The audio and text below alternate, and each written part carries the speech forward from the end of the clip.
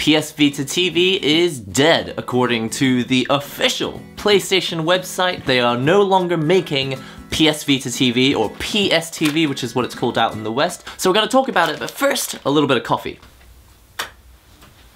Okay, so I've just gone and turned on the water so that it's boiling. Today's coffee is Brazil, and according to the label, it is a balanced variety. So it's got 2 beans on the sweetness, it's got 4 beans on acidity, and 3 beans on the bitterness scale, which makes it balanced, apparently.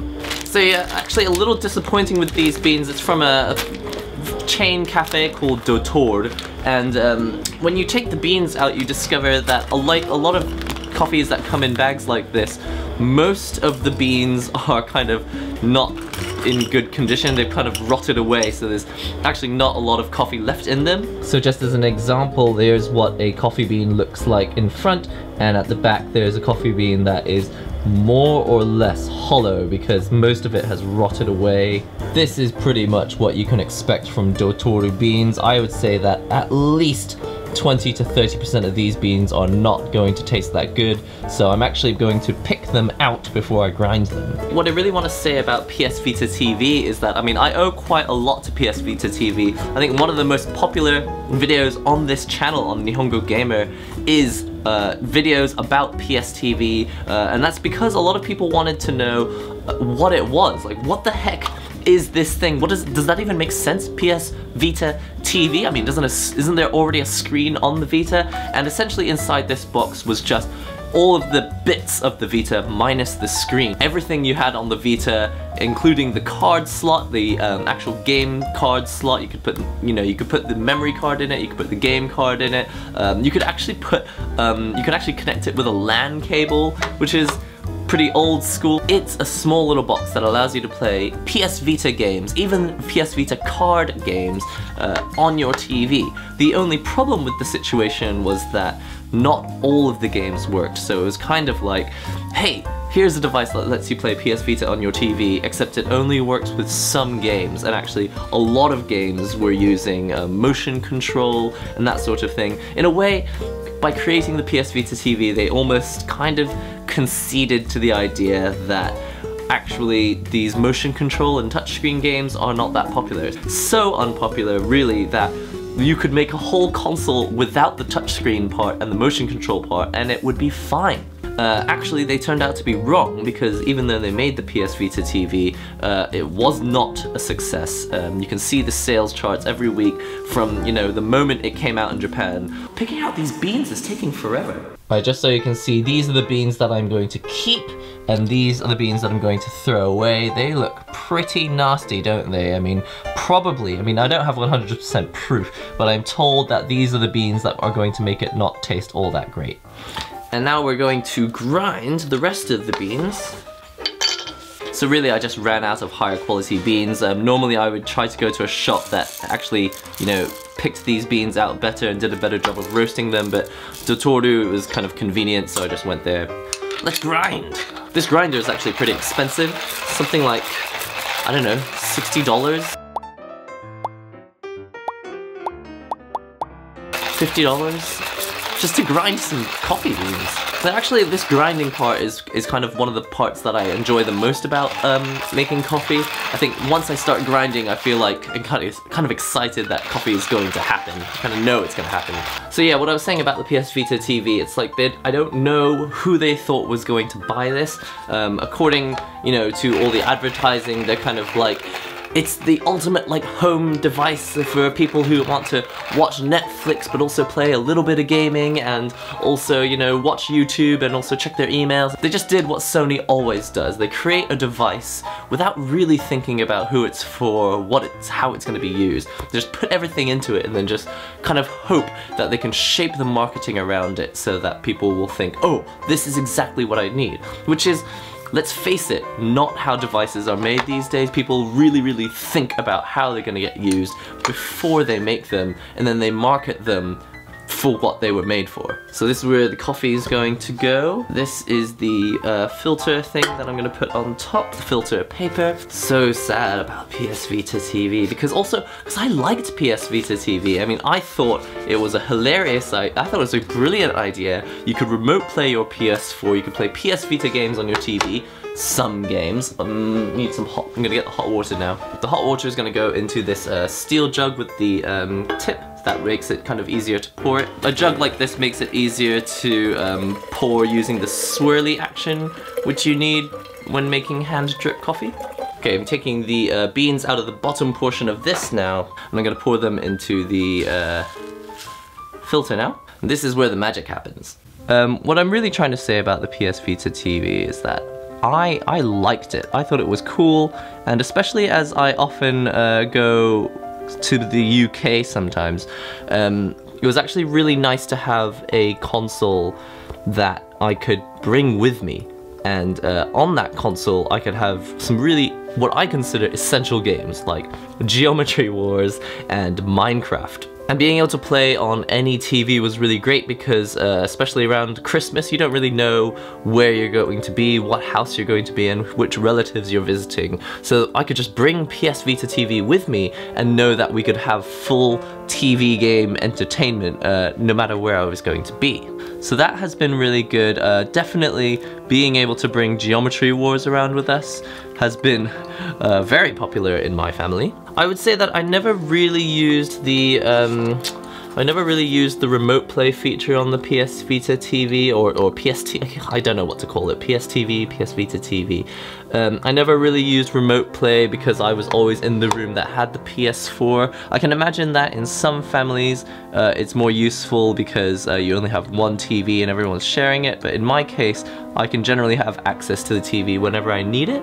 But this is just classic Sony, isn't it? It's just like, let's just make something that we think is kind of cool. We already have the Vita, so we may as well just shell this out because it'll be easy to make, and hopefully it'll make loads of money. And they're just kind of throwing it against the wall to see whether it sticks, and unfortunately PS TV didn't stick. When PS TV was originally introduced, a lot of people were thinking, hey, the digital TV market has not matured yet, and they were like, why don't we try and grab the TV market before it matures? So Apple TV is out, but it's actually still struggling. And I know that Amazon tried to make the Fire TV stick. Google made the Chromecast, there's Roku boxes, Netflix. Everyone has got a box that they're trying to plug into your TV. Everything about the Sony system just makes it harder, really hard to spend money. I'm often in the situation where it's like, Sony, I want to give you money, but they just won't let me give them the money. I think this is plenty of coffee. I'm not going to make any more than this. Alright, the last thing to do is to just pour my coffee in here and enjoy Brazil. There's probably much better coffee coming out of Brazil, but mine says Brazil on it. So let's talk about where Sony could have made the PS Vita TV succeed. First of all, they could have made it HD. This thing output 1080 interpolated or 720p, which looked okay on the TV, but I think what we really wanted was like a box that would take advantage of the fact that you're playing on a TV. Maybe if actually right from the beginning all PS Vita games were capable of outputting at 1080p, and most, you know, just playing portably would be half the resolution, but playing on a TV would output like the native HD resolution. That's what this box should have done. Secondly, this box should not have had HDCP copy protection. Even the PS4 doesn't have copy protection, which means that you can plug your PS4 or your Xbox One straight into a video game recorder and make gameplay videos, which is massively important for marketing. People who make gameplay videos make the games even more popular. They spread the word. Sony knew that that was important, but they just came out with this right before they had thought about it. PS4 had it. PS TV just sadly did not get it. The copy protection on here, that was a massive shame. If they had created a firmware upgrade that removed copy protection from the PS TV, that would definitely have boosted the popularity, because I'm absolutely certain, because I have a video about, you know, PS TV. Most of the questions were, does it have copy protection?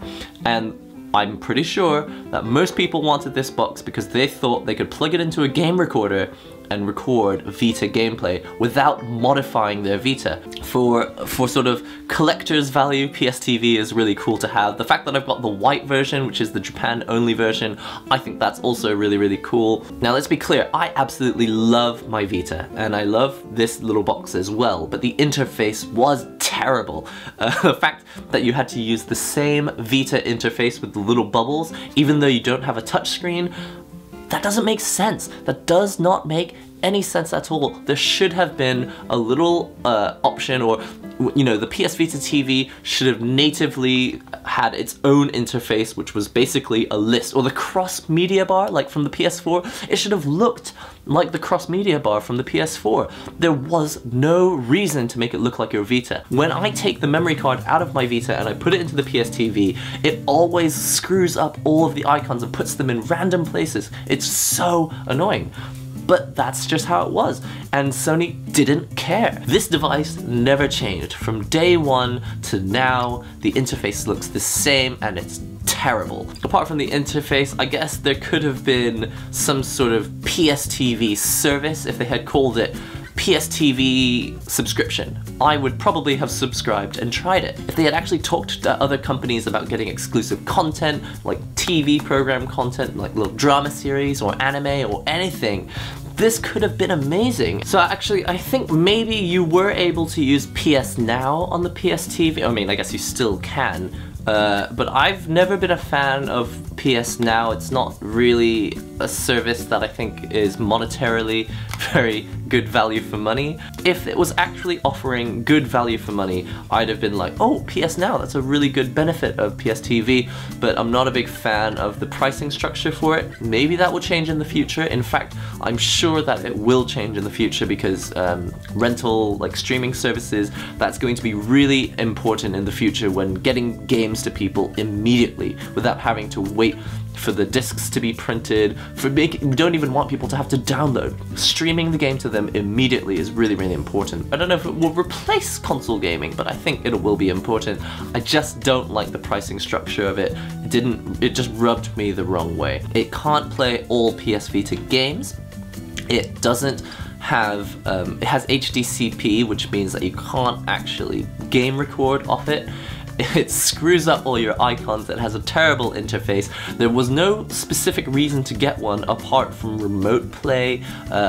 In fact, remote play you can already do on your Vita, so if you're in another room and you've got a TV, you may as well just bring your PS4 to that room and just play in that room. Now that the coffee's ready, let's just leave it there. PS TV, you were great, but now you're dead. And cheers. Cheers to you, PS TV. So if you liked this video, do hit the like button, and if you're not already subscribed, do subscribe to the channel. If you've got any ideas for improvements to the structure of this program, then do comment on the video as well. I'm quite aware that I don't always have a lot of time to make these videos, but I do want to make lots of them, and so I figured since every day I'm often spending quite a lot of time making coffee, I thought this would be the right time to kind of chat about things that have been on my mind that I don't really know how to turn into a complete video on their own. While I'm making coffee, I'm hoping that I'll be able to chat about various things like, you know, PS TV is dying and in Japan dead, that sort of thing. Anyway, if you've got any suggestions, put it in the comments. I would love to know. I want to make more programming that suits you guys, and I really want to know what you guys want to see more of as well. And also, I want to make a lot more coffee and drink a lot more coffee. So cheers to you for watching this video all the way to the end as well. So don't forget to comment, subscribe, share the links and all that good stuff, and I'll see you in the next NihongoGamer video.